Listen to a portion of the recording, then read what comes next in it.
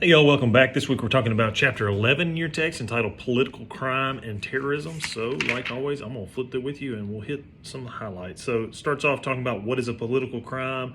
Talks about whistleblower Edward Snowden. Some of you may remember several years back he worked for the NSA and leaked a bunch of information to the media and the public at large that basically the NSA was conducting illegal spying operations on practically all of America through cell phones and other electronic devices.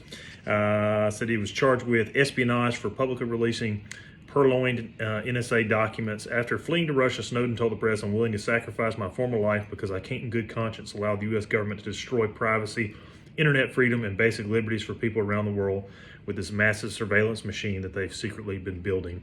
So the thing with Snowden is that everything that he released was true, but they charged him as a criminal because he released the secrets. They didn't ever really own up to the fact that they were unlawfully surveilling everyone. It was just that he didn't have the permission to release this information, which is hypocrisy at its finest, I guess. But so if you hear anybody talking negatively about Snowden, he really did all of us a favor by trying to shine a light on what's going on behind the scenes that's not lawful to our Constitution. So just keep that in mind.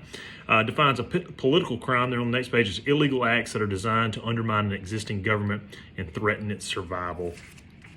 So that can be a number of different things classified under that. And moves on talking about election fraud. We hear tons about that in the news media this day and age. Every time there's a presidential election, somebody, the losing side's always going to decry fraud, and maybe they have valid points. Or in some instances anyway, the voting machines that they use are like the easiest thing on planet Earth to hack. So, if you trust people in power, then it's safe. And I guess if you don't, then it's pretty easy to find evidence to the contrary. But it describes election fraud as illegal interference with the political process. Acts of fraud tend to involve affecting vote counts to bring about a desired election outcome. So just know what election fraud is.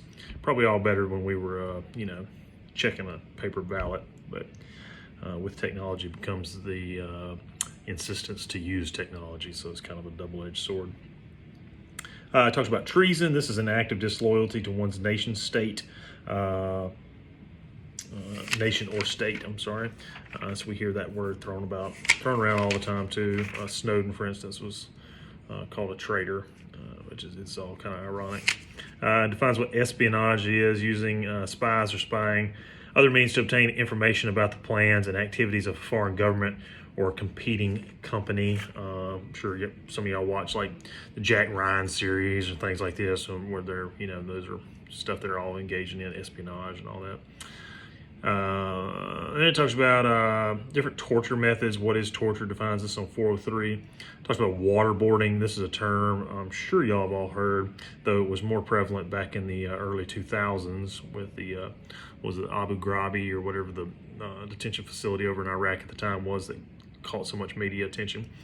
So waterboarding is just putting somebody on their back, covering their face with a towel, and pouring water over their nose and mouth while they're kind of at an incline, reverse incline. So it gives a sensation of drowning. They do this to elicit information or whatever. Terrorism is defined as the illegal use of force against innocent people to achieve a political objective. Talks about types of terrorists. You got guerrillas. These are armed military bands typically located in rural areas that attack military, police, and government officials in an effort to destabilize the existing government. It's kind of how Fidel Castro took over back in the 50s or whenever that was. He had a bunch of guerrillas that do this type of stuff until they seized power. Terrorism, the origin of the word terrorism or terrorist goes all the way back to the Reign of Terror. This is the period after the French monarchy fell in 1789 during the massacres of government officials and aristocrats. This is when the guillotine was first introduced and became so popular. Everybody was losing their heads over there. But that is the Reign of Terror. Revolutionary terrorism talks about different types of terrorism here.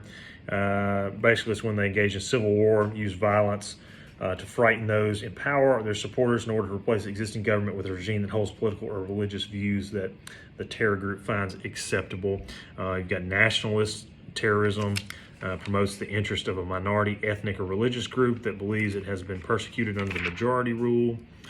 It talks about retributive terrorism, state-sponsored terrorism. This is when, you have maybe localized terrorist cells that are financially backed by a state like Iran or, Iraq or something like that, or the U.S. or whoever you want to say. It talks about lone wolf terrorists acting by themselves, basically. Defines what a failed state is as a nation whose government has lost control of its own territory, unable to provide public services and protection, and lacks the ability to interact with other states as a full member of the international community. You can make a pretty strong argument that Mexico is a failed state. The cartels control so much that goes on down there that it's kind of that the Mexican government, if the ones that aren't bought out by the cartel, are completely unable to affect any type of control or security of anything that goes on down there. It talks about Department of Homeland Security. Okay, so this came about after the 9/11 attacks. The DHS, Department of Homeland Security, was created. Lots of things fall under that heading there. You can see this on page 419 and 420. You've got the Border and Transportation Security falls under them, emergency preparedness and response, chemical, biological, radiological, and nuclear countermeasures, information analysis, and infrastructure protection all fall under DHS now. Talks about terrorism, fighting terrorism with the law. So also in the wake of 9/11, you had the USA Patriot Act passed, which was legislation giving U.S. law enforcement agencies a freer hand to investigate and apprehend suspected terrorists. Probably one of the worst things, in my opinion, that has ever passed in my adult lifetime. This really opened up the ability of your privacy to be arbitrarily violated by the government under the term of using the word terrorism. Terrorist and terrorism became kind of like magic words that if you were accused of that, you get on the no-fly list. Well, there's no committee that puts you on the no-fly list. You just get on it. There's no fair and judicial process of how that's determined. You just are, your freedom to fly is revoked. You can get spied on, your phone's tapped, all this other kind of stuff under the guise of being suspected as a terrorist. And then the question becomes, well, who's determining who's suspected of a terrorist? So if you just label somebody, hey, I don't really like this guy, whether it's a political adversary or something like that, or somebody you just have a grudge against, you label them terrorist, then all of a sudden, with the authority under the USA Patriot Act, you can do lots of things without warrants to this person to surveil them. So that is a very slippery slope and extremely dangerous. I think it is not to anyone's betterment, but to all of our detriment. So always question, why government does what they do, and understand that pretty much when you give up a right, you're never getting that back. There's very, very few, if any, instances of rights being relinquished to a government that they ever got them relinquished back to the people. So just be aware of that in your careers and in your lives. Anyway, that basically wraps up. I'll get off my soapbox here. That basically wraps up chapter 11. So read through there, pay attention to those things, and I'll catch you on the next one.